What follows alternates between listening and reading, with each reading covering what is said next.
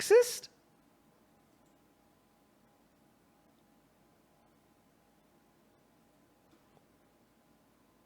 What the fuck is going on today?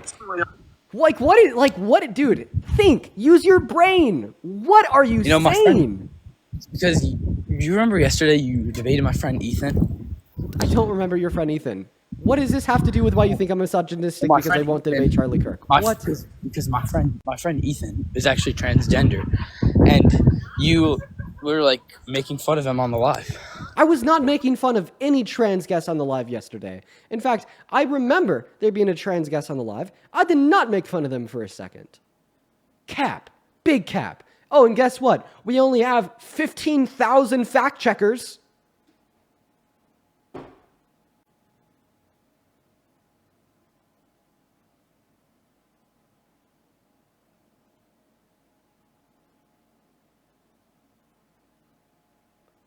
We only had another trans individual by the name of Eli on the live talking to Ethan, I believe that you said his name was, with me.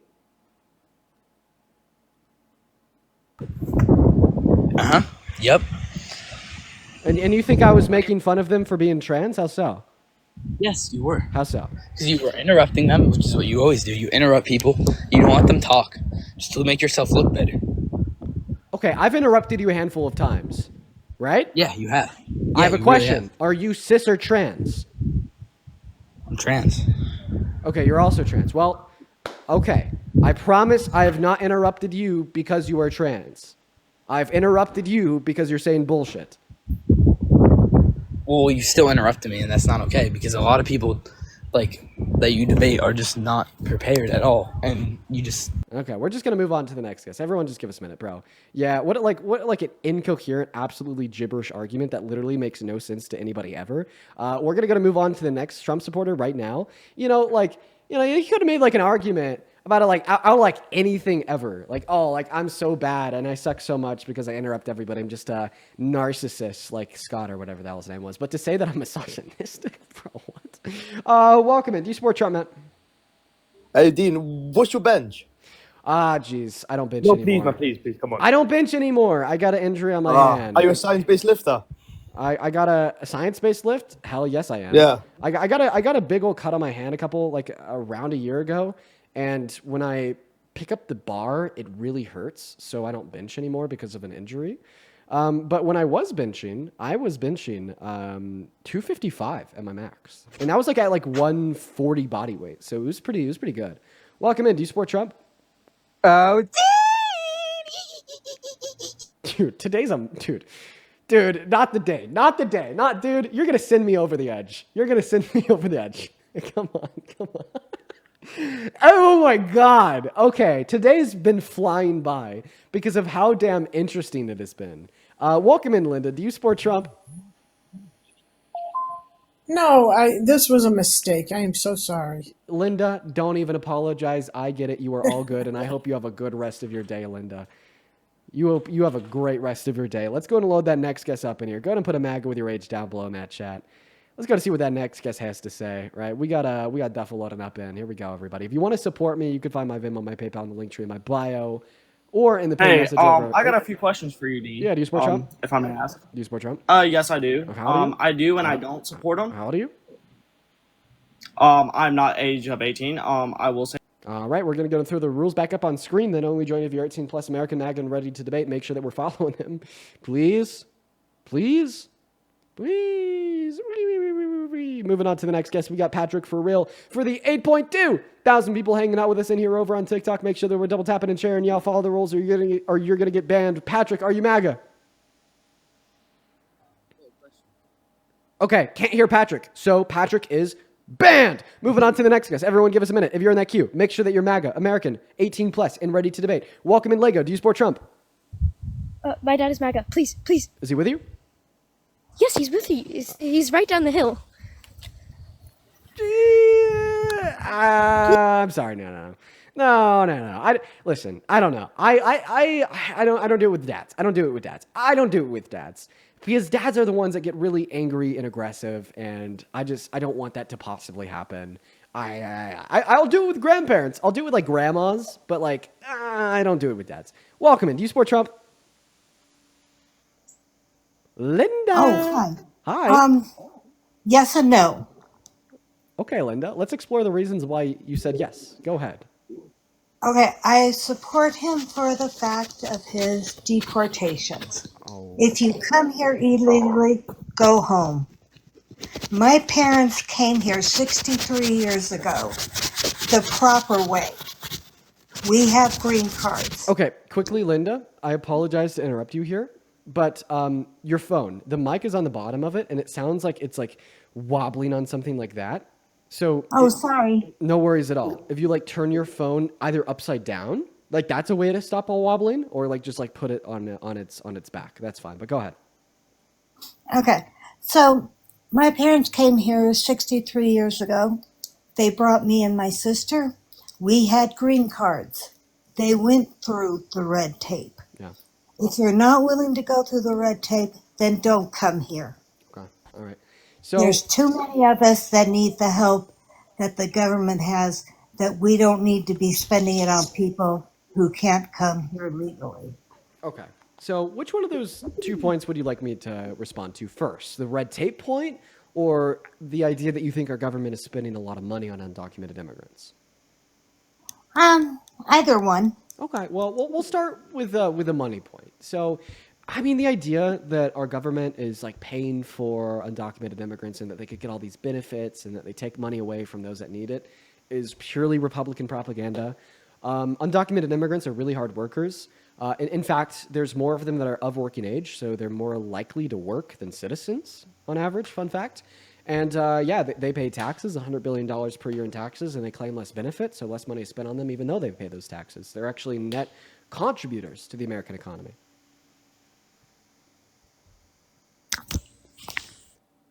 Linda, don't leave. Well, Oh, I welcome didn't. back. I accidentally dropped you. No worries, Linda. No worries. Go ahead. I grew up in Glendale, California, and it's basically Armenian.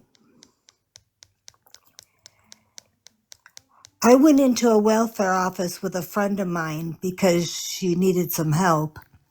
And there are all these wonderful Armenians wearing their wonderful diamonds and rubies and gems and everything else. And they're getting all kinds of help from the government. And they're not here legally.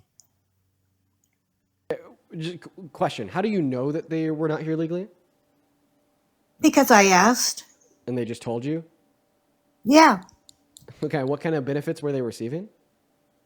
Food stamps and money aid. Okay, in California, right? Yes. Okay. So undocumented immigrants in California, if they're low income, can claim health insurance and some limited food stamps. And that's paid for by state taxes. And even when we consider, right, the money that is spent on low income undocumented immigrants by state taxes in some of our states, not all, and we add it all up, it is still less than the total amount of taxes that they pay per year, right? Okay. Right. Yeah. And I feel like that's important to remember.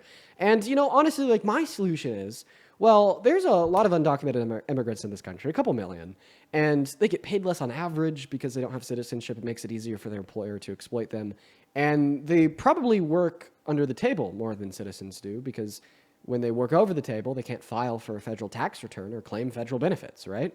So my solution is to give most undocumented immigrants a really quick pathway to residency or citizenship while allowing them to stay in the country, right? And that's them, quote unquote, doing it the right way. The reason why I think this is a good idea is because then more of them will get paid higher wages because they have more bargaining power. It'll be harder to exploit them.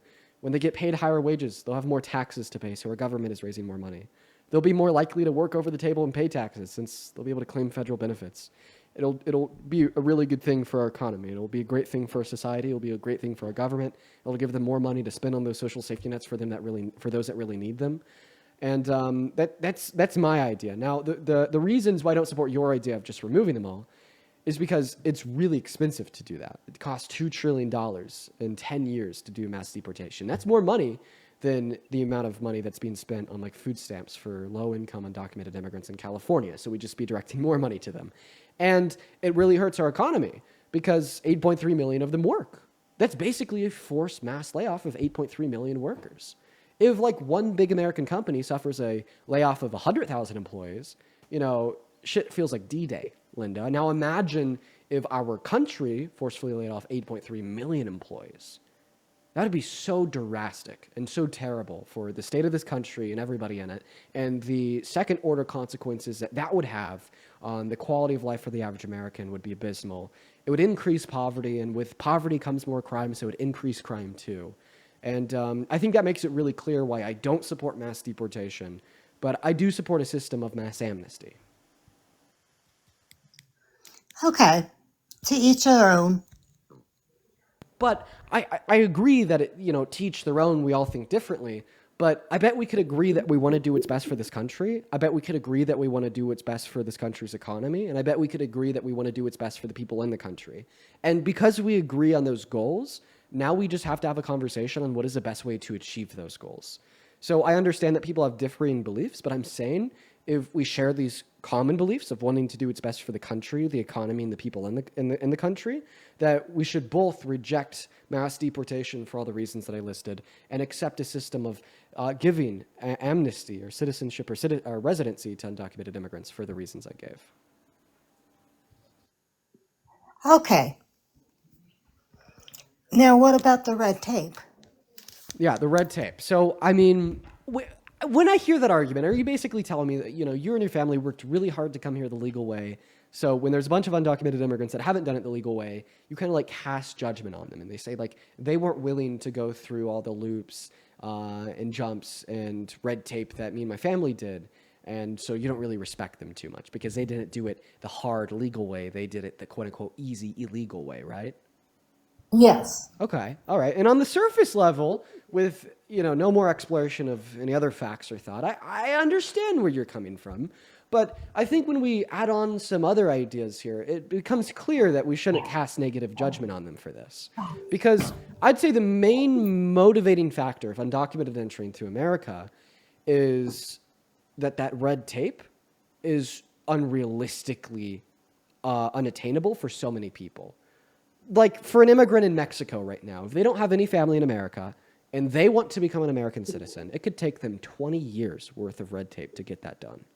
And for so many people, for so many families, for so many hardworking mothers, for so many wannabe entrepreneurs, for so many children, waiting 20 years to get that done is just impossible. You're talking to me. Yeah, so just waiting 20 years to get that done is impossible. And because it's been made so unattainable for so many immigrants, they enter into the country with the use of undocumented means. And I think that our government is kind of partially to blame for that, because our government has made it impossible to attain easy legal residency or citizenship. Because when they make it hard to attain easy legal residency or citizenship, there'll be more undocumented entry. And when there's more undocumented entry, people like Trump can run on, the violent criminals that are poisoning the blood of this country and scaring everybody into hating them, and by proxy, scaring everybody into voting for him to quote unquote fix it. Now, actually, the illegal things that they do, there are a lot of Americans that do felonies, murders, you name it, rapes. It's not all the immigrants Right. that do that. Right. And, they're actually less likely to. Undocumented immigrants account for 1% of violent crime. Men account for 90. It's like, Yes. if we want to solve this issue of crime in our country, let's stop looking at the entrepreneurs, the business owners, the hardworking mothers and fathers, the families, and let's focus on the systemic issue that we've created where 90% of the violent crimes in this country are committed by men. Let's explore why that's the case, and let's figure out how we could solve it. And I could guarantee you, I don't know what that solution is, but it's definitely not making a violent offender 34-count felon our president. Hold on a second. Go ahead. Hi, I'm her sister, Carol. Hi, Carol. We're You're going getting to pass you. The illegal immigrants do jobs that Americans will not do. Okay, I'm against illegals, by the way. And my sister and I disagree on this. So I just want to say that there have been farmers who would pay $15 an hour, give food, medical, schooling, and to immigrants and to Americans. And they've hired American young men who have not even lasted a week. And so if we send back all the immigrants, the American economy is going to come to a grinding halt, which my sister does not understand. And I'm going to hand you back to her, but I love you and I listen to you and I'm on your side. You know what, Carol? Let's see if I can help your sister understand this, because the conclusion you came to here, that a mass deportation will bring our economy to a grinding halt, is completely true. And I could share, like more specific data of what that outcome would look like. According to the Center on American Immigration Progress, that outcome would look like $1.1 trillion to $1.4 trillion being just snapped out of thin air from our GDP per year. Now, that's a lot of money. That accounts for nearly 4.2 through 5.9% of our current GDP. And losing that revenue would have a significant impact on the quality of the life of the average American. I mean, look at the Great Recession of 2007 through 2009. In those 2 years, our GDP only went down by a little over 4.5%. And that's also the amount of money that we had to lose if we did a mass deportation and every undocumented immigrant was gone tomorrow. And that's the data that explains your conclusion and absolutely justifies it as being true. Our economy would really suffer if we did a mass deportation. That's true. I will agree with you on that. But I still think that there are a lot of illegals here that shouldn't be here. Okay. And they should be sent home. Are you maybe talking? Well, also, I just thought I'd let you know, undocumented immigrants, in my mind, is a better way to refer to like quote unquote illegal immigrants, just because like that phrase illegals, illegal immigrant, it's been taken by people on the right and just turned into a tool of dehumanization. Like I'll give you an example before I respond to what you just said. One of my grandma's friends, she is probably around your age, and she is a immigrant from Mexico. She came here in her 40s or 50s, and she only learned English in her 40s and her 50s. So she has, like a pretty thick Latino accent when she speaks English. I've been with her in public where like these young Republican men have walked up to her and called her an illegal and just told her to go back to her country.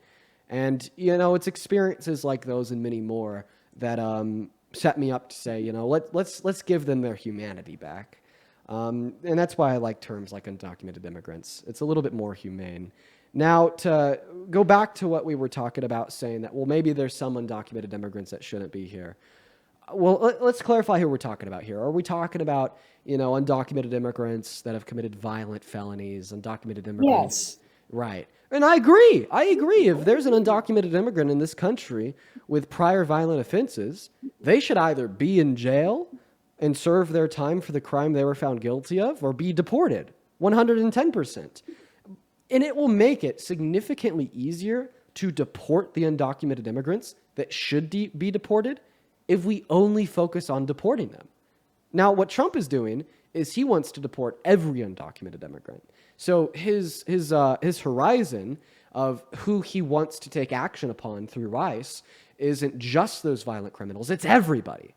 And because his scope is so much broader and wider than just deporting individuals with prior violent offenses, there'll be less undocumented immigrants with those prior violent offenses that are ultimately deported. And I mean, that's just expected given his broader scope here. So if we were to just deport and just focus on deporting undocumented immigrants with prior violent offenses and so on, and then give everybody else a pathway to residency or citizenship, we'd actually get the deportations that need to be done significantly faster for a significantly lower cost. Okay, I'll agree with you on that one. So, but I'll let your other viewers chat with you. And thank you very much for taking the time. Of course. Bye-bye. Linda and Carol, I hope that you both have a great rest of your day. Have a good one, you guys. Oh. Goodbye. I'm Carol and I'm a Democrat. Yeah, that's right, Carol. All the love to you. Y'all have a good one.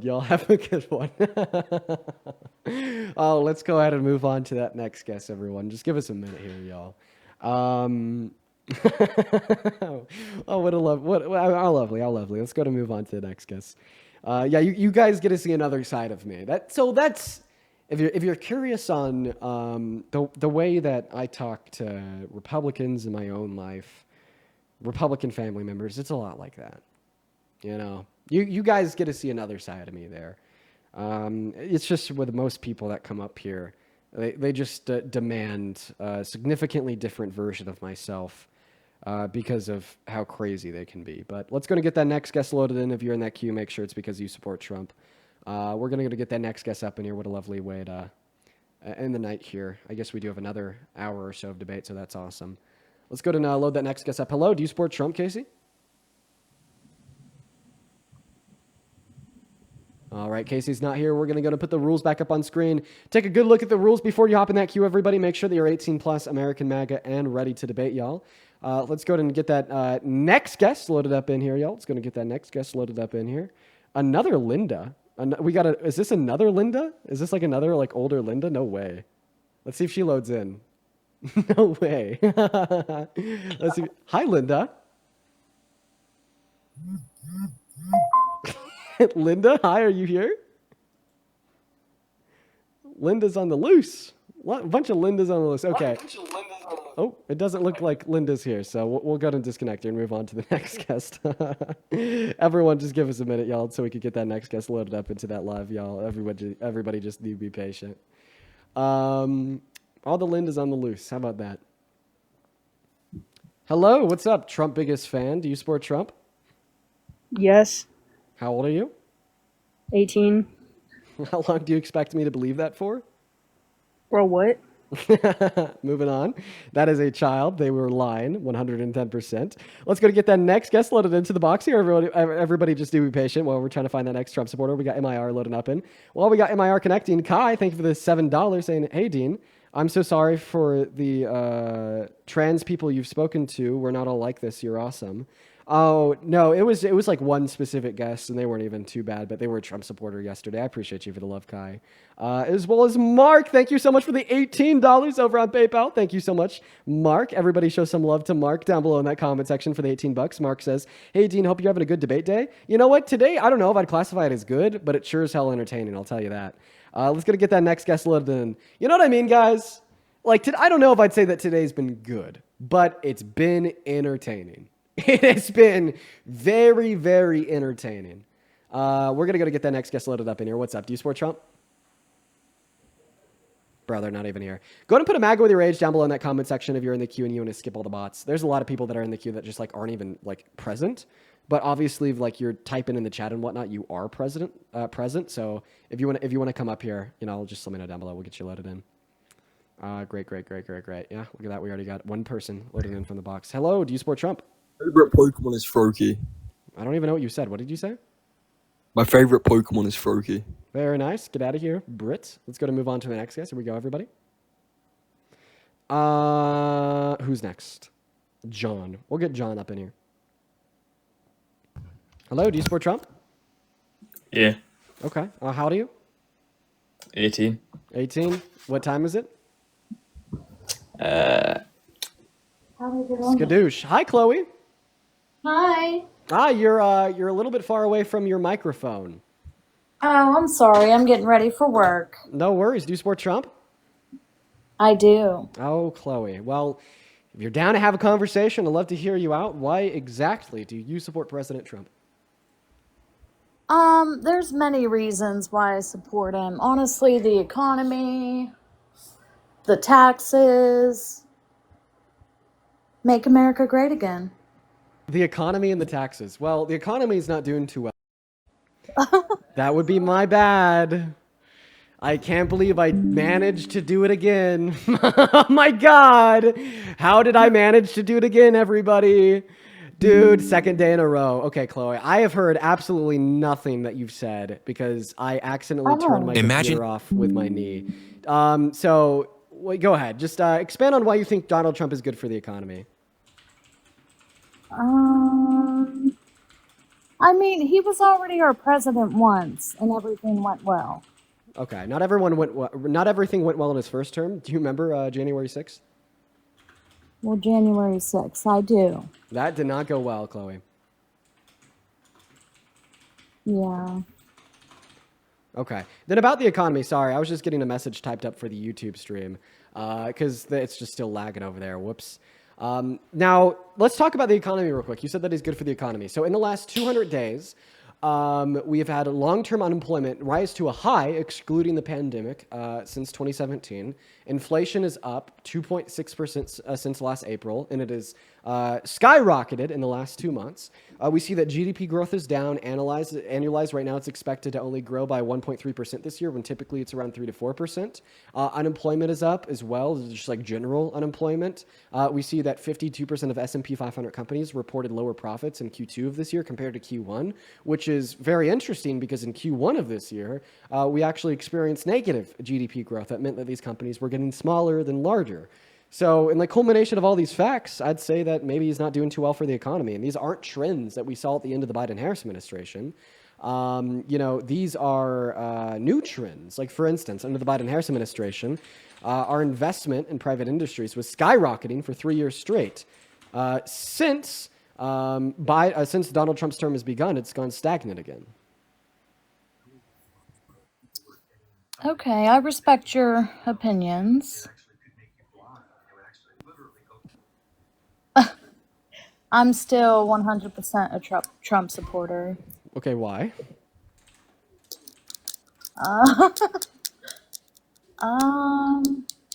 What about the taxes on overtime? Okay. Yeah, so the big beautiful bill eliminated some taxes on overtime for 2 years, which was good. However, when we consider all the cuts in the bill, the average American is suffering more than they're being helped.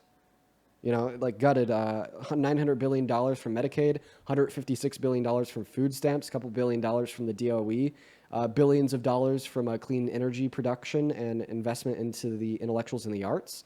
The average American is now expected to pay additional $500 for energy per year, have to pay more for food. Insurance premiums are expected to go up by 75%. 10 million Americans got kicked off of healthcare. 3 million Americans got kicked off of food stamps. 18 million Americans got kicked off of free school student lunches. All these facts and more are why the Center on Budget and Policy Priorities tells us every American making at or beneath $51,000 per year are going to be significantly worse off because of the big beautiful bill.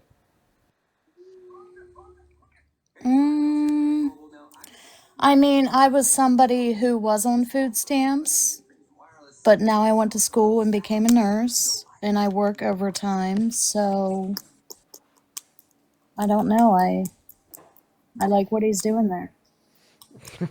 Okay, well, you're a nurse. How do you feel about 10 million Americans losing access to healthcare when you as a nurse know how important access to healthcare is?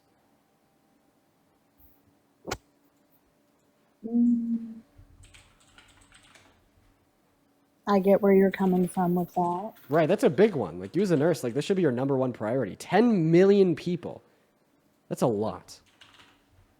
It is.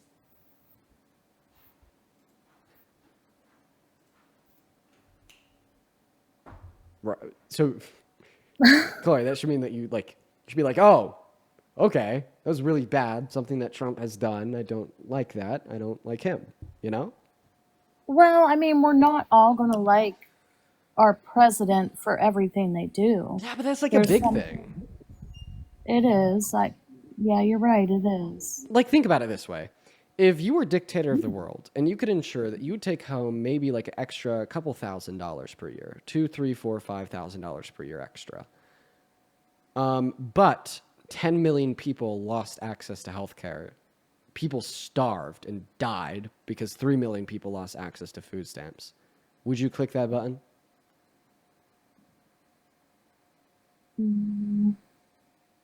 Would I click that button? Yeah. Sorry, I kind of missed what you were saying because I am getting ready for work. I'm sorry. No worries. I'll repeat it. If there's a button that you could press to make an additional $4,000 or $5,000 per year, but if you press this button, 10 million people lose access to healthcare, and many people will die because of this. 3 million people will lose access to food stamps, and many people will starve because of this. Would you press that button? No, I wouldn't. Right? So see how when we kind of take what Donald Trump has done and we reframe it in a context that isn't American politics, that has become so polarized and propagandized by the media, and we make it very personal to you and your values by this analogy of a button, you actually don't support him and you don't support what he's done? Yeah, a lot of people do tell me they don't see how I support him. I mean, I did vote for him, but my views, I guess, are more democratic. That's what we call being based. Being based. Yeah. Based. It's a good thing. What do you mean? It's It's a good thing? Yeah, it's like being cool. It's like being awesome. So true. Oh. Chloe, I'm going to move on to the next guest. I hope you have a good rest of your day. Also, for everybody in the chat saying that the live went down on YouTube, I know. That's my fault, by the way. It's nobody's fault but my own. It is literally nobody's fault but my own, chat. 110% my own goddamn fault. I'm the one that turned the computer off with an E. Luckily, TikTok has a failsafe built in for that. When I turn my computer off with my knee, I could just resume the current TikTok stream. But over on YouTube, it doesn't have that feature, unfortunately. Welcome in, Chase. Do you support Trump? Yeah, I do. Chase, boo! How old are you? I'm 18, sir. All right, why the hell do you support Trump? All right, so, I'm not crazy into politics, but I support Trump because what he's been doing for the immigrants. I believe that some of it's not always the right, but in some way, it really kind of is the right thing to do. Okay, yeah. What specifically is the right... Well, actually, what year were you born in? I was born in 2006. What month? April. Okay, yeah, you would be 18. Okay, so what specifically is Trump doing that you're a fan of? So, once again, immigrants. I know, but like more specifically, like what immigration policy of his do you like? Once again, I'm not crazy into politics. I was just thinking what he does is... You're right, chat. That would be 19. Sorry. I confused April of 2006 with April of 2007. I just, it's crazy. It's crazy. No, like if your birthday was this year and you were born in 08, you're 18? What the fuck? No. That would be 07. I'm sorry. It's been a long day. It'd be 07. If you're born in 07 and your birthday was this year, you'd be 18. If you're born in 06 and your birthday was this year, you'd be 19. I'm sorry, guys. My math is... You could tell it's been a long day. Is all that I'll say. Welcome in. What's going on, Alexis? Do you support Trump? Dude. Somebody in the chat has the name Jeffrey Epstein, and they say, talk about my involvement with Israel. We're going to move on to the next guest here. Everyone just give us a minute here so we can try to get that next guest loaded into the box. If you're in that queue, make sure that it means that you support Trump. Hannah, appreciate you so much for the $2 over on Venmo. That's very kind of you. Thank you. Welcome in. Do you support Trump? Cookie King Moggs, you. Moving on to the next guest. Everyone just give us a minute. We're going to go ahead and get Webhead loaded into the box. Do be patient. Welcome in. Do you support Trump? No, I was originally going to tell you that your YouTube was down, but never mind. Well, appreciate you. Moving on to the next guest. Everyone just do be patient here. Once again, we got Duke Dennis loading up, and hopefully Duke Dennis is a Trump supporter. We'll only see. Hello, do you support Trump? I am a Trump supporter. Now, you're also like 14, so skedaddle. Moving on, everybody. We're going to get Christian up in the box. Welcome in, Christian. Do you support Trump? Yes and no. Yes and no. Why do you say yes? Go watch. That question that you asked earlier with the other lady about pushing that button for the what's it called for the 10 million people or $10 million, and forgot what you said earlier, but it depends what kind of people you're talking about. You're talking about the people that have SRT8s, Hellcats. You're talking about high-end cars, living in Section 8 and getting food stamps. Are you talking about those kind of people or the people that actually need them? Because I know a lot of people that don't need that money and have that money. Christian, are you racist? Most of the time, people talk about Hellcats and low income is just a dog whistle to be like anti-black. Like every single time I've ever seen somebody talk about poor people owning Hellcats, it's literally just to be racist to black people. Like it's very like popular in like Groyper Twitter and whatnot. Are you racist against black people? Negative, I'm not. Okay. So no. So all right, let's just say BMWs, Mercedes, BMW. It doesn't matter. I'll go ahead and give you a response then. So yes, people that actually need food stamps lost food stamps. People that actually need healthcare lost healthcare. Yeah. Okay, but how do I say it? I have friends, just for example, I'm in real estate. I have friends that shouldn't even qualify for food stamps and healthcare. Me, myself, I have 3 kids, right? My third child, I paid $18,000 at the hospital. It was like $10,000. I don't qualify for healthcare, right? I have to pay $1,400 a month, right? Right. I don't think that's fair. I have buddies that make 1/3 of what I make, and their kids, they have 5 kids. You know, they all paid for. Yeah. You know what? Right. Actually, I agree with you. Wow, we agree. It's unfair that some people get free healthcare and you and me don't get free healthcare. That is unfair. But do you know what the solution to this unfairness is? What is it? It's not to take the free healthcare away from the people that already have it. It's to give free healthcare to everybody else. Okay. So that's a yes and that's a no. So how do you do that? How do you specifically do it? You can add more money to it. Go ask any other developed country in the world. Like Canada.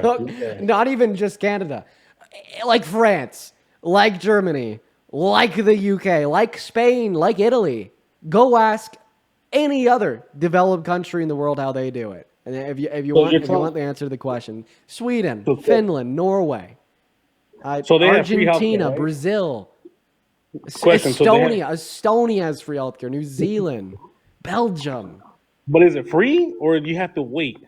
Because I know you have to wait a couple months for procedures. It's not like you could just go there the next day and be like, hey, you know what? I'm sick. Help me out. No, sometimes you literally have to wait a month. There's letters. You have to wait 2-3 months. That's not free. I'm pretty sure that health outcomes and wait times are lower and better in Canada compared to America. I will tell you, I'm not too educated on it though. There's a lot of people that have a lot of like hyper specific like niched information about why healthcare is great. It's something that I've never personally taken the time to research. I probably should, but I'm pretty sure that we just see better health outcomes from countries with free access to healthcare. But like once again, you know, like even if like I want to address this another way because I don't know the nuances of universal health care and like responses to common objections and the facts and whatnot. Another way that I could address your argument here is you brought up how you just think it's unfair that you don't get free healthcare but other people do. Okay, well don't punish them for it. Like you understand, like the people in your life that do get free healthcare, as you pointed out, are making 1/3 of what you make. They already have it tough. If they didn't have free healthcare, do you think they could cover the $1,400 per month that you pay to have that coverage? Absolutely. No, you're right. You're right, 100% there. That right there. If they can't qualify, to me, 110%. But I feel like a lot of that money where it should go towards it's audits. You know, as in like audits, as in. There's people that aren't married, right? For example, they have kids. They're not married, but they live together and they qualify for health insurance. They qualify for food stamps and whatnot. And they're tricking the butts, right? And that's fine. If you could trick the government, so forth. Just do it. But I don't even know what you're saying. So you're saying like some people like okay, lie about their income to like qualify for these things? Well, you understand the reason why so many okay, people are going to yes, be you understand correct. the reason why so many people are going to be cut off of these things has nothing to do with preventing fraud and is all to do with just defunding the systems. As well as But are like they? new federally imposed maximum caps on the total amount of money that you can make per month in order to qualify in the first place. And like the outcomes of these things are very simple, you know? When we make it so less people can qualify for these benefits to begin with, by imposing a new lower federal cap in all 50 states on like food stamps, for instance, well, then more people will lie about their income and commit fraud. Correct, correct. But is this happening because of the bill of Trump from like for the border security? Is that where it's getting defunded by? As in like, It's being defunded by the big, beautiful bill. okay, there you go. I just have one more question. So about illegal immigrants, like for example, my parents were illegal immigrants. They became legal, right? Right. My wife, she came in legally from Mexico. My kids were turned U.S. citizens because of me. Um, do you support illegal immigration?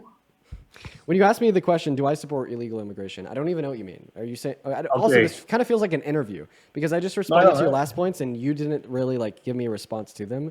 You're just kind of asking me questions now. When you asked me the question, if I support undocumented immigration, are you just asking me if I support undocumented entry into America?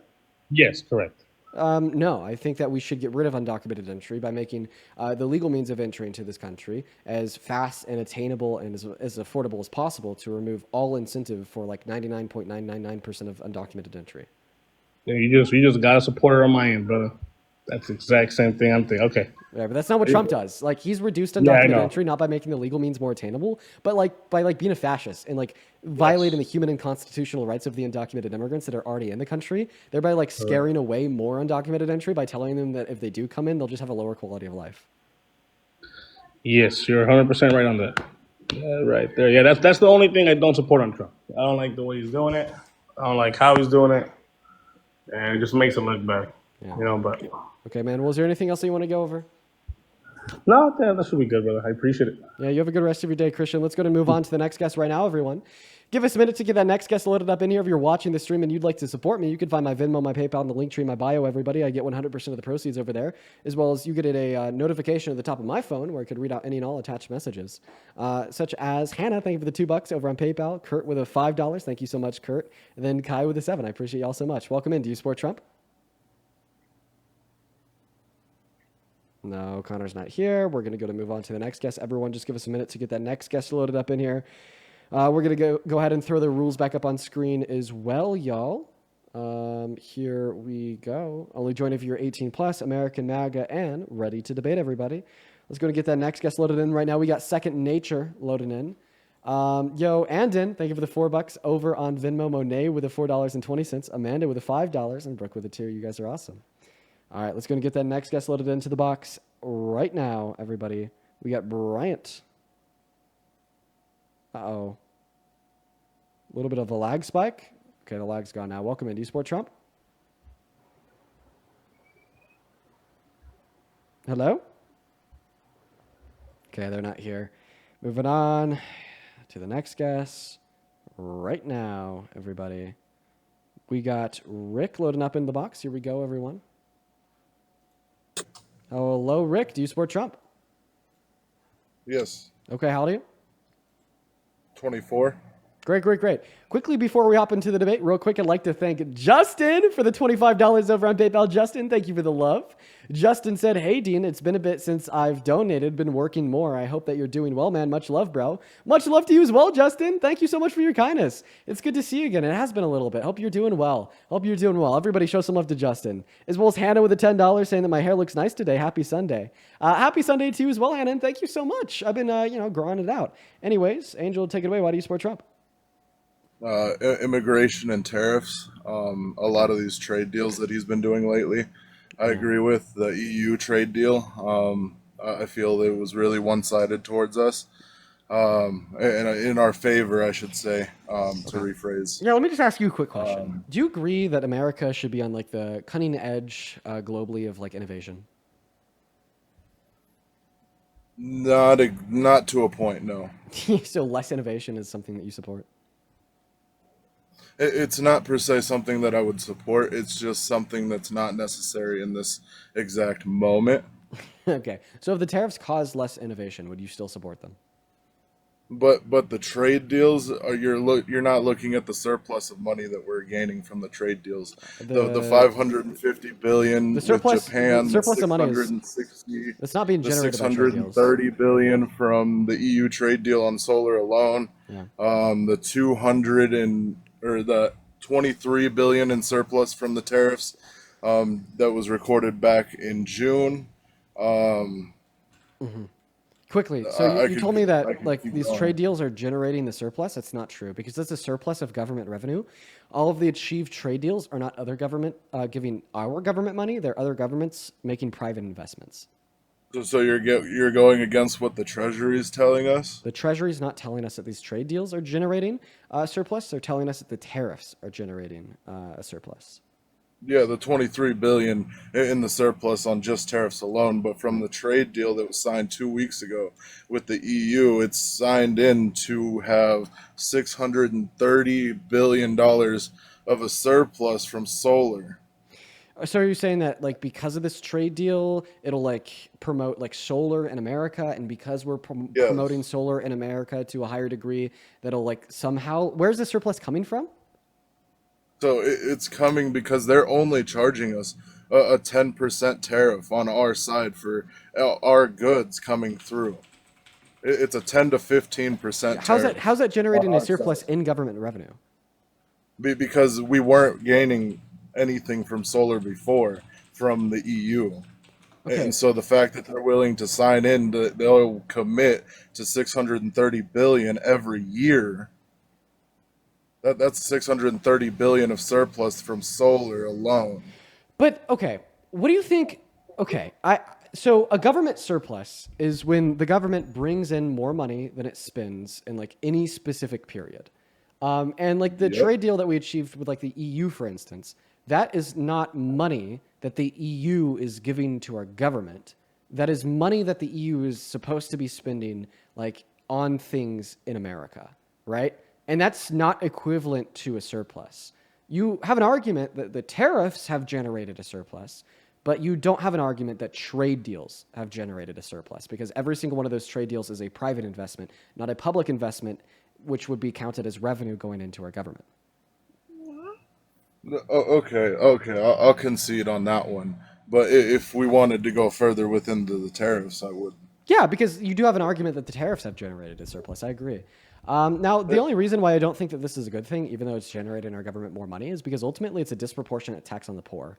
Like so basically our government's saying like, oh, we're raising all this money and we're generating a surplus by taxing poor people more. Like, come on, bro. And you feel that the big beautiful bill added to that?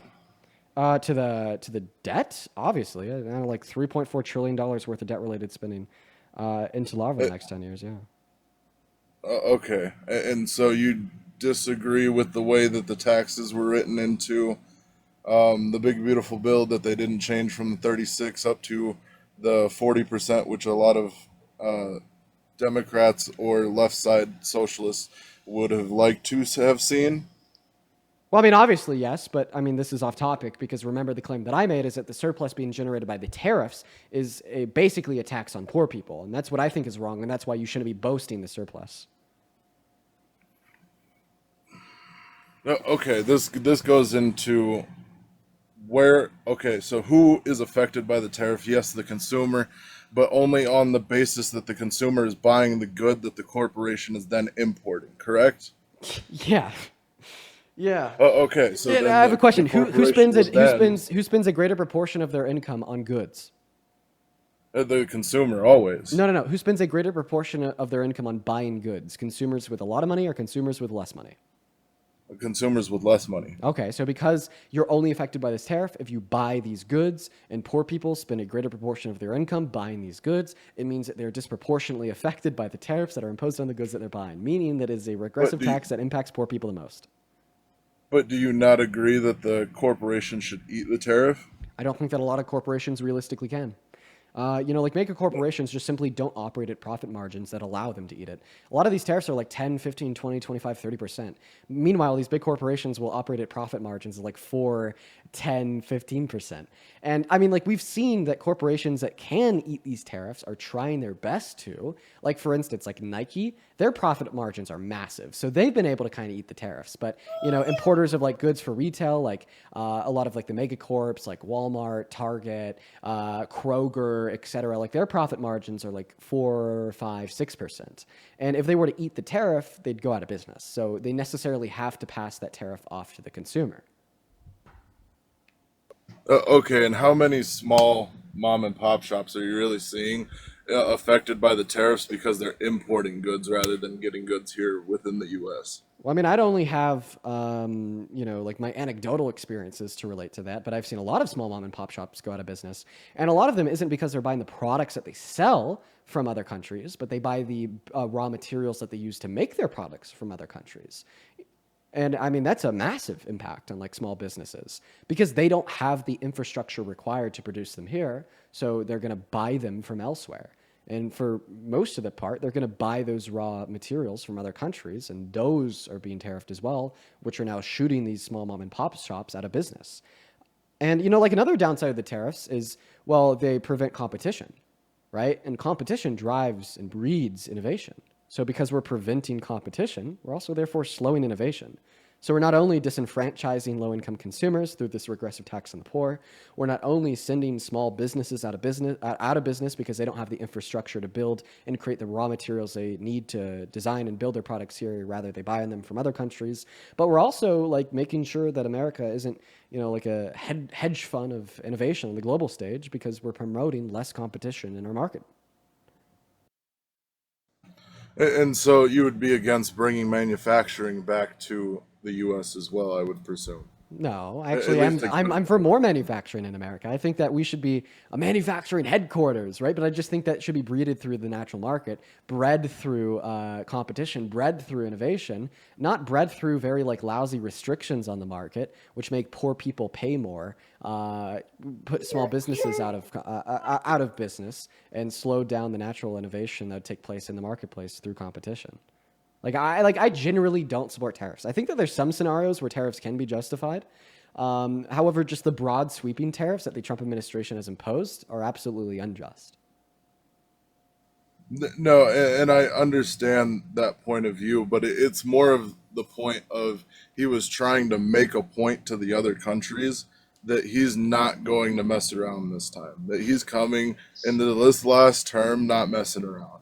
And ever since he's came back in, he's proven that. I don't know. He really messed around with Russia. I don't know why y'all don't talk about this more. Like, be honest. When he was like running for the presidency, like you sound like you've had a couple of these conversations. Maybe you've been on some smaller lives here and there. Did you ever like run a talking point about how like the Democrats spent so much on Ukraine and he wants to stop the spending? So first you have to understand why the Russia and Ukraine stuff even started. It's because it all started over land, and then when Russia built on part of Ukraine's land that was written in through NATO because they tried to change the borders before, and then they made a pew-pew attack in regards to that land. Are you talking about the Russian insurgents in Crimea? Yes. Yeah, what was Ukraine's response to the Russian insurgents in Crimea? That's what all this started. That's what all of this started. Yeah, when Russia tried to take Crimea, yeah. Yeah.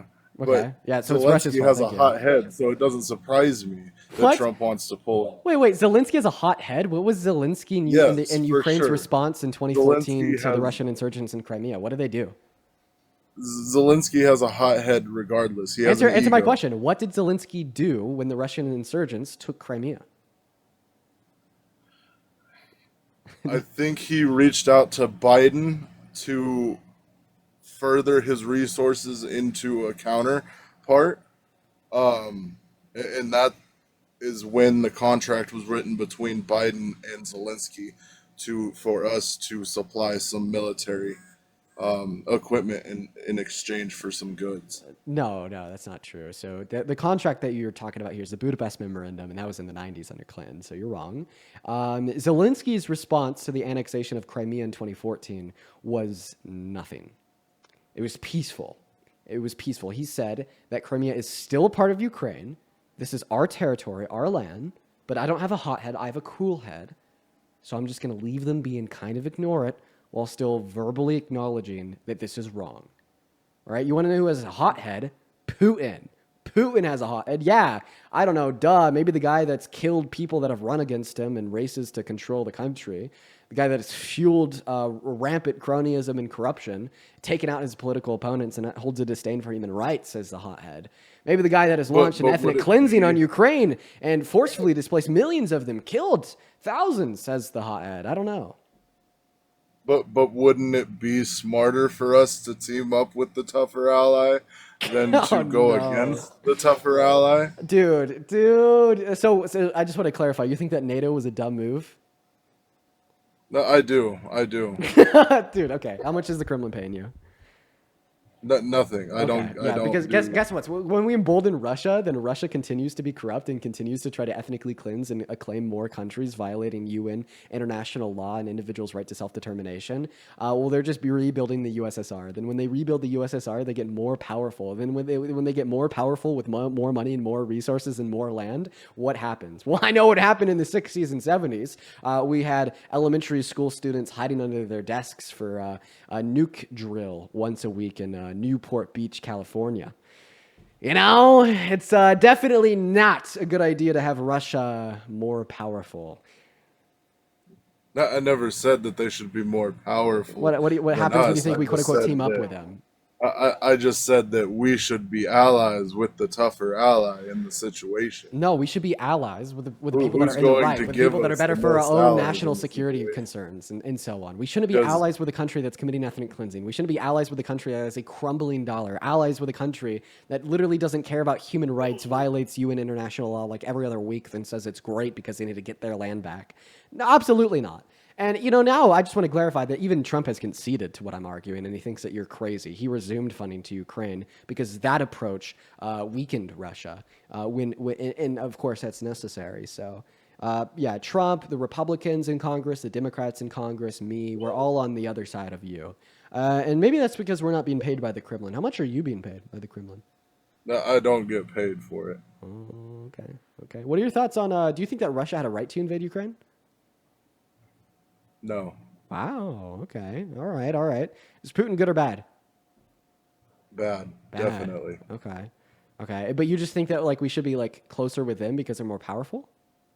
I believe that the enemy of my enemy is my friend, and I believe that you should always keep your enemies closer. If you really wanted to, do you see what I'm saying here? Who should we have been closer with in World War II? The UK or the greater Nazi Germany? Definitely the UK. Definitely the UK. Okay, but who's more powerful, the UK or the greater Nazi Germany at the peak of World War II? The UK. The UK was not more powerful. They just had a land advantage. Within their allies. It was never about the UK alone. It was about their allies. It was always the UK's allies that made the UK stronger than Nazi Germany. For the most part, you're wrong. Because none of their allies did anything about it until like we intervened, alongside of a couple other countries. Yeah, but why did we intervene? Did we intervene because we were UK's ally, or did we intervene because Japan did Pearl Harbor? What? Did we intervene because we were UK's because we were an ally of the UK, or because Japan did Pearl Harbor? Those were two separate occasions. Right, which just shows how the reason why we intervened and got involved in World War II on the European front was a greater consequence of Japan's bombing of Pearl Harbor. And prior to Pearl Harbor, we were kind of taking like a non-interventionist approach, and like the American people just wanted us to stay away. Nobody even knew what the Holocaust was or what was going on because Nazi Germany was hiding it, right? Now, the reason why I bring these things up is because you're telling me that like the UK had an advantage because of their allies. No, their allies didn't want to do shit. The UK had an advantage because of like land, separation of sea. It made it really hard for Nazi Germany to try to get involved, and they They about got the UK before we got involved. So, I mean, from your perspective, you'd say because the greater Nazi Germany at that specific point in history was stronger than the UK, that we should have sided with the Nazis. Obviously, we shouldn't have, right? Well, no, because morally it was ethically wrong. My point. It is ethically wrong to support Russia and side with Russia instead of siding and standing with Ukraine because Ukraine is being ethnically cleansed. All Ukrainians are having their international right to self-determination violated, and Russia's attempting to steal their land and kill them in the process. But I already agreed that Russia shouldn't have invaded. Okay, so then you'd say it's morally wrong to support them. So we shouldn't be closer to them than the UK. Than Ukraine, sorry. I don't think you're quite seeing the angle I'm pushing on that. But if you really wanted it to stop, you would start by being a middleman first. Yeah, already tried that and failed. I mean, I could have told you this before the election. Trump tried it, though, because, he's really stupid. It ended up not Do you working. remember what Putin's responce was?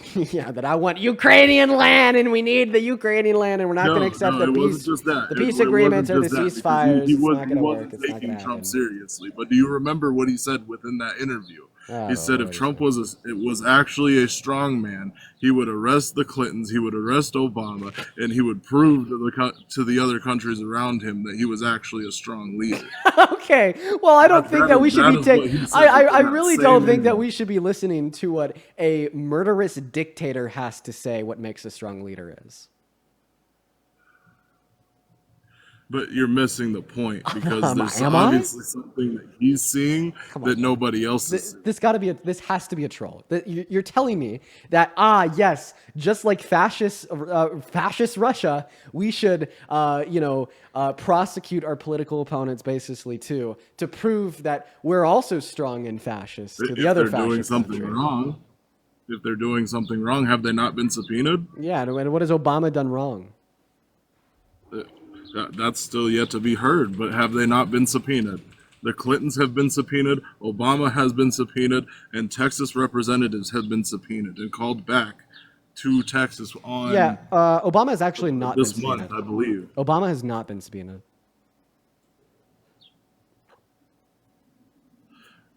Or no, not the Obama. Obama's waiting on approval from Gary Johnson. Yeah, and what happened last time we subpoenaed Hillary Clinton? About our emails? What happened? What was the outcome of that?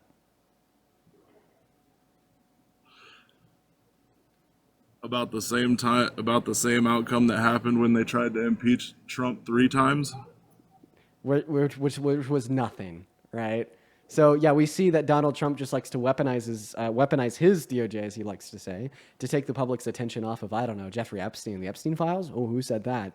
To basically prosecute one of the greatest presidents in modern American history, of Barack Obama. But if you want to go into the e-files, Trump was the one who asked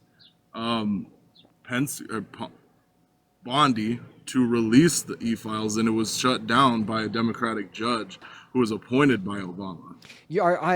So you're probably talking about something that I never got a follow-up on. Are you talking about when Trump asked Bondi to release some of the grand jury testimony from Epstein's case?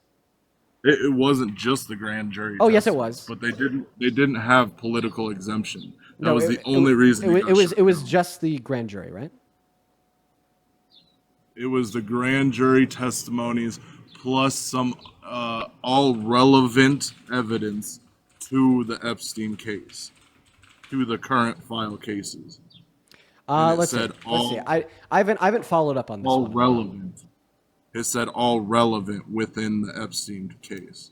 Yeah. So it looks like a judge did shoot that down. It looks like the judge said that the Justice Department's request did not meet the necessary legal conditions for releasing such sealed material. They didn't have political exemption. Citing that the policy reasons for the secretary had not expired in this specific instance. The decision was seen as a setback for Bondi and the administration's effort. Okay. Yeah, I want to see their political affiliation. We're gonna fact check on that. We're gonna fact check that on you too. You're saying that they were elected by Obama? They were elected by Obama. Yeah, they were appointed by Obama. I don't They know. were appointed by Obama. Let's fact check that too, super duper quickly. Yeah, they were. Oh, they were nominated by Obama. Okay, sounds good. So you're right about that. I would say point number one. I actually agree with the judge's decision here. I'm sure that he had good legal reason for it. But even when we look at like good social reason to do this, point number one, it was only the grand jury testimony in reference to Epstein's case, meaning that it was only about the testimony referencing Epstein. And point number two, Donald Trump specifically instructed Bondi to only therefore release to the public what was pertinent. Okay, and that word pertinent is doing a lot of heavy lifting there, basically saying that Donald Trump and Pam Bondi get to cherry pick anything they want out of specifically the grand jury testimony relating to Epstein and Epstein only, not the totality of the Epstein files, to release to the public. So, I mean, I think if like you really wanted those files as much as I do, then you wouldn't support Donald Trump, because if we look at a timeline, he was running for the presidency. He said he is going to release those files. He ran on it as a campaign promise. He is nominated. He then stops talking about it. He learns in May that he's on the Epstein files. He turns around to the public and says that he doesn't know if he's on the files or not, lying, concealing the fact that he knew he's on the files. And then in Congress, we have Democrats try to add a section to that crypto bill that would also release the files to the public. And then the Republicans unanimously voted against the amendment to the bill.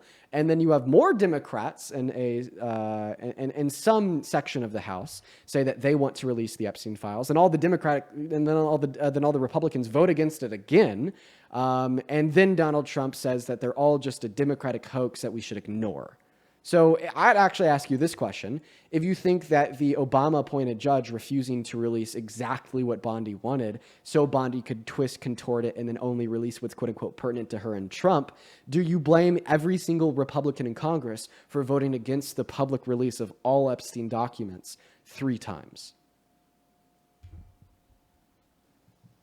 Yes, and I've even spoke out among this along my own lives, that I disagreed with them releasing the files in the first 3 rounds, but I understood the reasoning behind why they're doing it, and I understand why they only want to release the grand jury files rather than the actual witness statements and the witness testimonies and the actual list itself. Because if we look at who all had access to Epstein's island, that's a lot of big names within actors, celebrities everybody knows, political people that everybody knows. It would be upsetting to all of the US. It would create conflicts throughout all of the streets of the US. Okay. It would be complete anarchy. Yeah. Well, I don't think it's going to be complete anarchy if we learn that, like, I don't know, I was going to say the name of a random celebrity. I probably shouldn't do that for legal reasons, defamation. But it probably wouldn't be complete anarchy when we learn that a bunch of rich people in power are pedophiles. It'd probably be good information to the average American to have, especially if one of those people happens to be the president. Now, how do you feel about Donald Trump directing the FBI to flag and redact his name from every place it is mentioned in the Epstein files after the DOJ told him he was on them? And while this was all unfolding, he was lying to reporters, telling them that he didn't know if he was on them or not. And this is where I explain to the left side how to prove and how to actually take Trump out of presidency. Because what you would have to do is you'd have to get your hands on the original witness statements without the original witnesses knowing, and you would have to cross-reference it between now and their stories then to make sure that their stories still hold up and still hold credibility. I don't know what you're doing, but you're not answering my question. I have no clue what you're doing, but you're not answering my question. Yeah, I have no clue what you're doing, but you're definitely not answering my question. And I feel that I am. No. My question was, how do you feel about Donald Trump learning from the DOJ that he's in the files, then directing the FBI to flag and redact his name everywhere where it's mentioned in the files, then lying to journalists saying that he's not on the files? And this comes after Jeffrey Epstein pleads the fifth when asked if him and Trump have ever socialized in the presence of minor females, and after Donald Trump sent a letter to Epstein with a depiction of a naked woman in the statement, "May every day be a new wonderful secret." And coming from the main witness from the Epstein files for the Epstein case who claim to have never seen Trump. We're going to disregard that as well. She wasn't even accepted as witness testimony in the original case because of Dude, how she was the unreliable main she witness. was. But now I want She was the main to witness. clarify here. Ghislaine Maxwell. Ghislaine Maxwell. You mean the lady that's now in a minimum security prison? That one? That Ghislaine Maxwell? Is that who we're talking about here? I think so. Yeah, okay. Oh, it just so happens that the moment Trump is in charge and the moment she's granted limited immunity and moved to a minimum security prison, all of a sudden, she has never seen Trump do anything in the presence of Jeffrey Epstein and the minors. And if you're willing to accept testimony on its own, why don't you accept KD Johnson's? And explain what. Okay, explain further. Explain further. I need to know context. I don't want to go into too much detail because it's quite graphic, but she testified in a civil court that she was raped by Donald Trump and Jeffrey Epstein in one of either Trump or Epstein high-rise penthouses in New York. And this was the New York cases, correct? I don't know any The information. 34 about what was felonies. shared. The 34 felonies out of New York. No. That was part of the defamation. No. Yeah. This was. Yeah, it was because What? it was this was in a civil different- court it case that was dropped in like the Yes, it early was. aughts, not Yeah. a felony court case that No, it convicted of wasn't, the because 34 this felonies was last the year. New York case because it was 34 different personal charges from Trump to Katie Johnson. No, but it was labeled as a business expense. so it No, was you're thinking of falsifying Stormy business Daniels. documents. You're thinking of Stormy Daniels. You're thinking of a Oh, okay, whole different okay. person. And that's why I asked for a little bit more context behind what you were asking specifically. And I gave it to you. I said that Katie Johnson claimed that she was raped by Epstein and Donald Trump in some high-rise penthouse in New And York. Has he been indicted for that? Have they found viable proof without a doubt that he did it and have the probable cause to make the arrest for it? No. So she launched this lawsuit against Donald Trump in the 90s, early aughts. I forget when. And she claimed that this happened to her when she was a child, but then she went on to drop the case because of public death threats.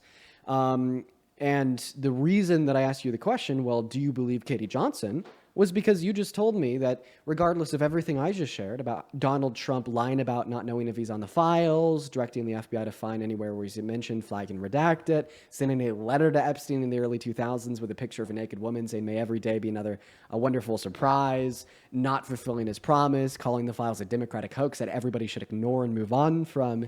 You brought up how Ghislaine Maxwell had said Donald Trump was never seen with Epstein and doing anything bad with him, after she was moved to a minimum security prison and granted limited immunity. So the question is, if you will accept Ghislaine Maxwell's testimony when she was granted limited immunity and, use that as your basis to kind of ignore all the facts that I just shared about the nature of the relationship between Trump and Epstein, will you therefore also accept Katie Johnson's testimony? If like I said, if it holds credibility from her original witness statement from then to now, then I don't see why it couldn't be credible. Wait, why do you keep on repeating if it holds credibility from her original witness statement from then to now? Because stories always can change. Now, if the story hasn't changed since the 90s, oh my God, you have a credible story. Okay, so obviously if the story has able to changed, hold on. if the story has changed, then it's not credible.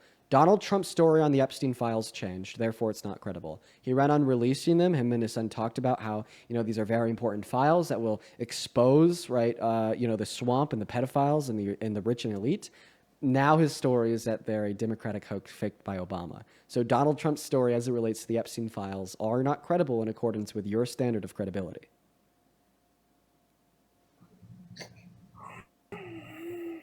Yeah, that's a nail in the coffin right there, bro. And I've already explained how that would have to be proven.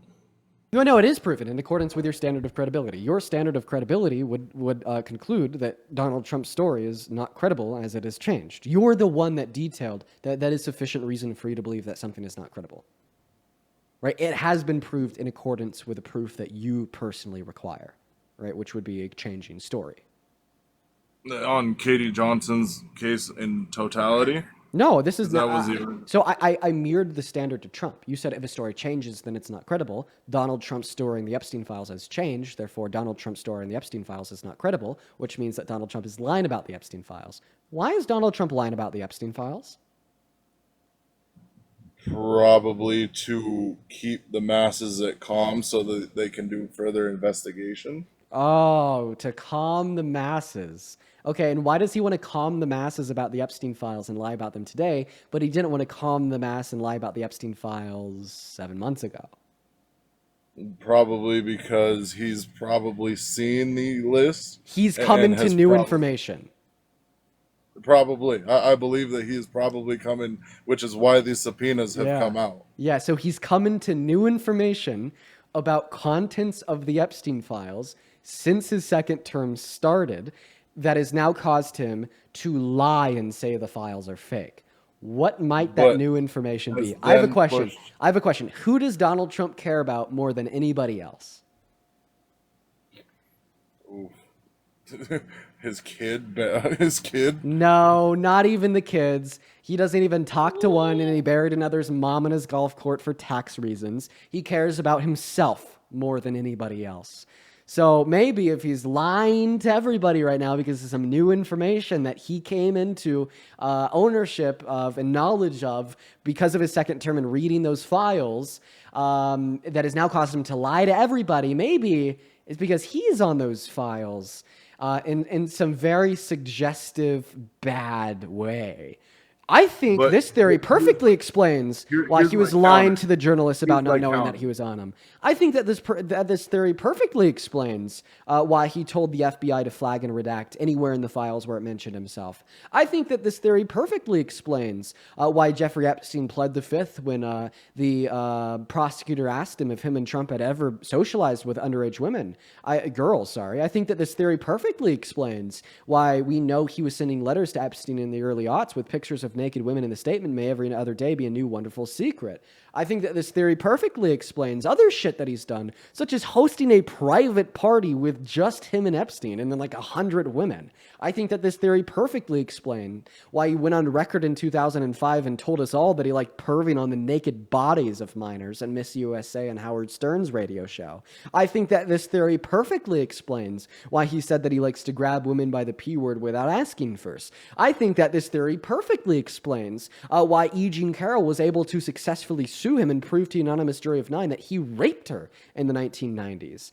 Do we see here how it just all falls into piece and everything just makes sense now? It wasn't a conviction of grape.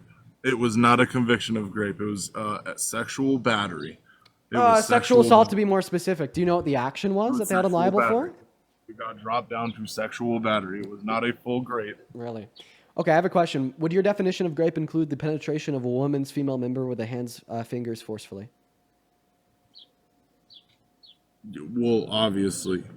Yeah, But so was that's it the action intentional? that's the action they held him But liable for. the point was proving intention. No, in that moment. the point was that the definition of grape, legally speaking, in the state of New York, when But this court by case was held, magistrate was law, you have PP to and prove female intention. member. But they didn't meet that standard because because what he did is he forcefully inserted his fingers into her female member without consent. And then for you to suggest that it's even possible for a man to forcefully insert his fingers into a woman's vagina in a private dressing room without intent is like fucking sick.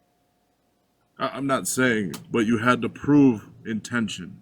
That's magistrate law. You always have to prove intention. Yeah, Was it intentional? Yeah, they obviously Or proved did he intent. If try you're and telling me that was a grab requirement her? for the Or did he- determination. or did he try and grab her leg and she moved and ended up right there and he just squeezed, not realizing because he was looking her in the face? Could you give me one circumstance of that ever happening?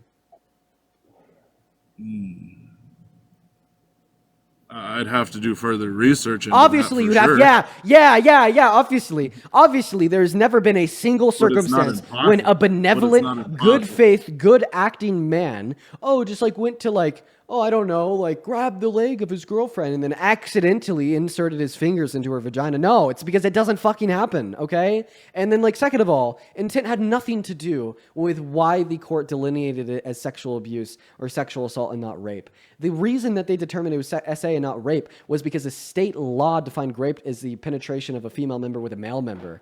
So that didn't include the penetration of a female member with fingers. They held him liable for the penetration of her female member with his fingers. But I asked you the question, would your definition of rape colloquially include the penetration of a woman's female member with fingers forcefully? And you said, obviously, yes. So obviously, yes, the action, the jury ruled 9-0 that they possessed enough evidence to agree had occurred was rape, based upon the way that both you and me define it, and the way that New York state law defines it now, and a secondary hearing that a judge had answered to and clarified that, yes, it is basically true that Donald Trump had raped Eugene Carroll.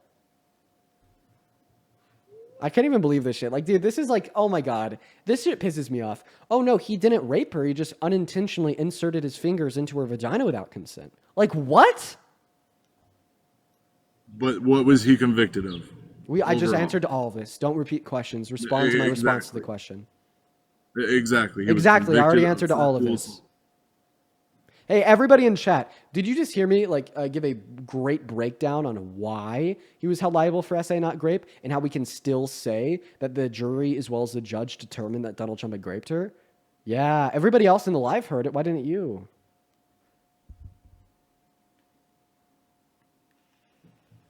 No, you did to break it down. I'm not arguing that you didn't break it down. So you didn't respond to the breakdown. You ignored it and repeated the original question. Sounds like you're stuck. But I did. I did respond to the breakdown because what was your response?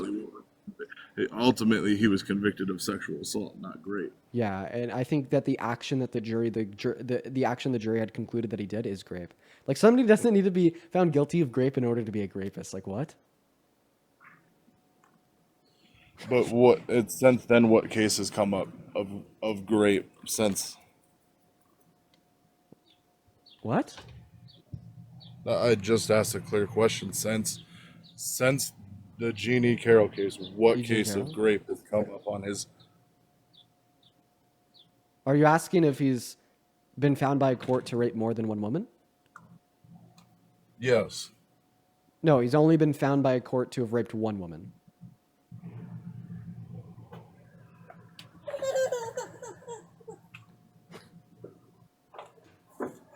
Is one not enough? Do you need two? Is that your red line? One, you'll let it slide. Two, that's enough? Like, what? We're talking about rape here. That's not what I'm saying. That's not what I'm saying at all. I'm proving a point further from...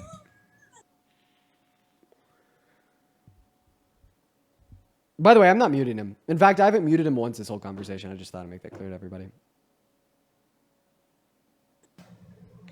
I was proving a point further of what he was convicted of rather than making the assumption that it was grape rather than...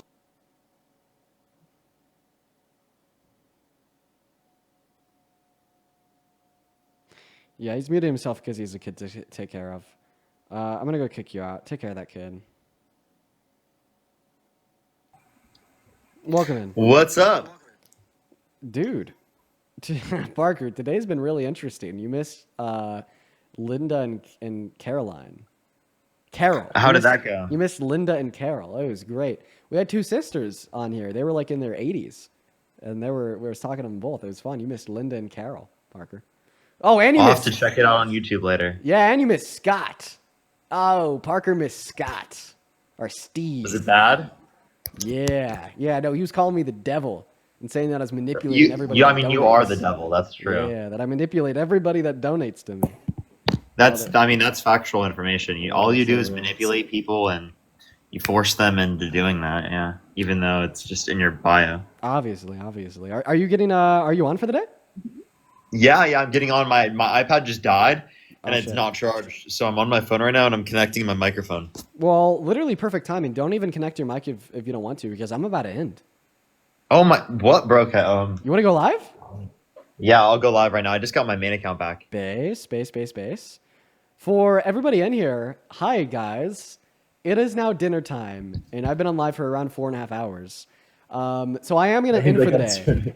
For the 12,000 people in here, I really appreciate you all for joining us. We'll stay on for a couple more minutes here. I appreciate everyone so much for pulling through. You know, today was interesting. Can we all agree on that for everybody that's been here for a while? That today was interesting?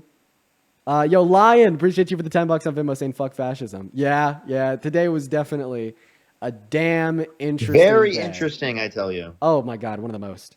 Sheila, thank you for the $5 on Venmo saying still getting manipulated. That's right. Still getting manipulated. Thank you for letting me manipulate you. So we'll hang out here until Parker gets his live up and running so we could just send him a massive raid. If you're still in the mood for debates, Parker's going to be going on for like another 4, 5, 6 hours? Yeah, like 5-6 hours. Yeah, he does it longer than I do. I can only do 4. After 4, I'm tuckered out. I'm done. I'm cooked. I'm out of it. I get you. I don't know why. I'm just like I used to be 4, and I switched to 6, and I couldn't switch back. I think it's my chair. I think I need a new chair. You think you need? Do you not have which type of chair do you have? Some $10 chair I found in my grandparents' garage. Yeah, dude, you need to upgrade the chair. It's like my body important just for gets your so back. uncomfortable. And my body just gets so uncomfortable. Yeah, it's like some fucking it's like some Temu chair. It's not actually from Temu. It's not, but it's like a Temu chair. So I need to get a new one.